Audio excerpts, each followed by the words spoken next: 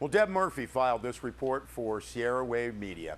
While some key revenue sources have increased and Inyo County's budget should come close to balancing with a little bit of help from a $3.5 million fund balance, Inyo County Chief Administrative Officer Kevin Caruncio strongly urged the Board of Supervisors at this Tuesday's meeting to use this relative lull in the storm to address some serious financial issues, including law enforcement costs growing 3 times faster than other county departments. Kevin Caruncio said, quote, revenues tied to state indices are up, but they're offset by locally calculated taxes, end quote. Examples, corporate taxes levied on wires, pipelines, etc., crossing counties are up 27%, or a $146,000 increase for Inyo. Los Angeles Department of Water and Power taxes will rise 5.8%, and California predicts increases in transient occupancy taxes and sales tax. Now, the drought impacted summer tourism positively with an extended season, but the absence of snow in Mammoth reduced the stream of skiers up and down U.S. Highway 395 to a trickle. Caruncio said, quote, there's no real growth here. The ups were balanced by the downs, end quote. Example, the budget update was a timed item at Tuesday's meeting, a meeting that started with a request from Inyo County tax collector Alicia McMurtry to approve a partial payment on unsecured taxes for 2015-2016 from C.R. Briggs Corporation, a gold mining operation near Trona. Now, the company is downsizing its operation in the county and will downsize its tax payment to Inyo from more than $300,000 to $95,000. C.R. Briggs is the second largest taxpayer in Inyo County behind Coso Geothermal, which has also been dropping in assessed value over the last few years. Not a good omen for Inyo County coffers. Now, despite all this, the news is pretty good, Caruncio said.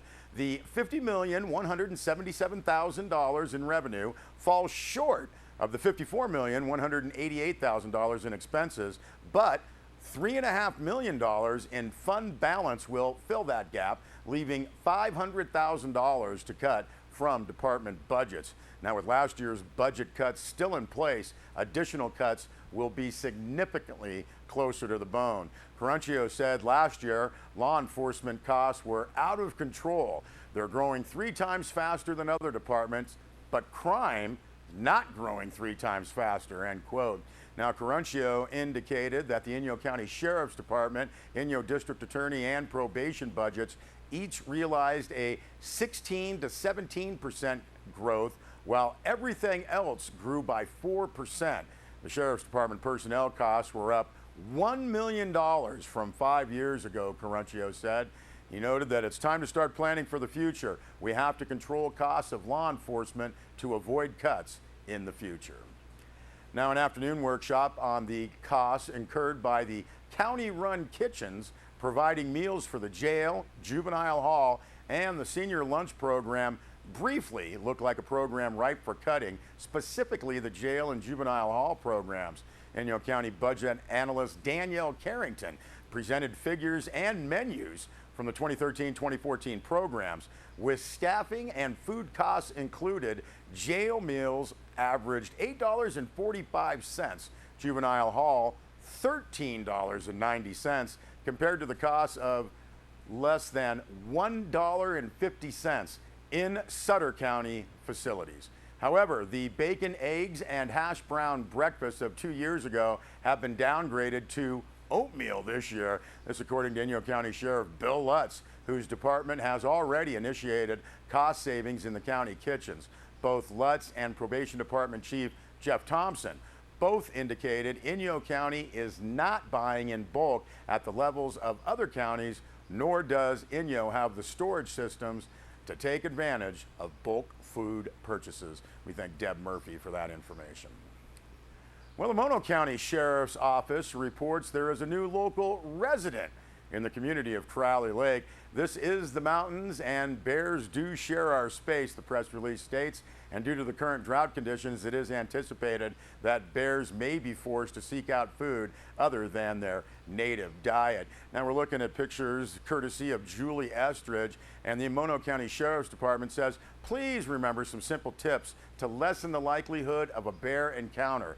To avoid vehicle break-ins, do not leave food, wrappers, gum, mints, ice chests, lunch boxes, or anything that smells like food in your vehicle. And do not leave outdoor trash cans open, unattended, or unsecured.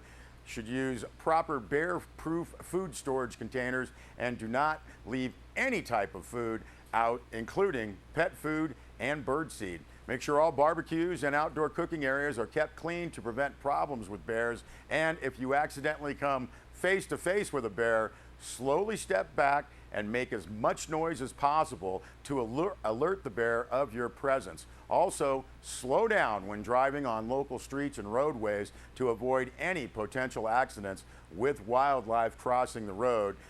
Mono County Sheriff's Office press release notes that these simple tips are for the public safety and the safety of our local bears. Now, if these tips do not work and your safety is still at risk, you can see the new local resident wandering in your neighborhood. If that happens, please do not hesitate to call the Mono County Sheriff's Office, 760-932-7549, extension 7.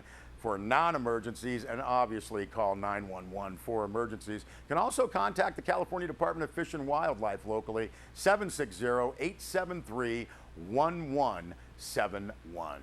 And the press release notes that please do not take matters into your own hands. Please be safe and cognizant of wildlife in all communities throughout Mono County.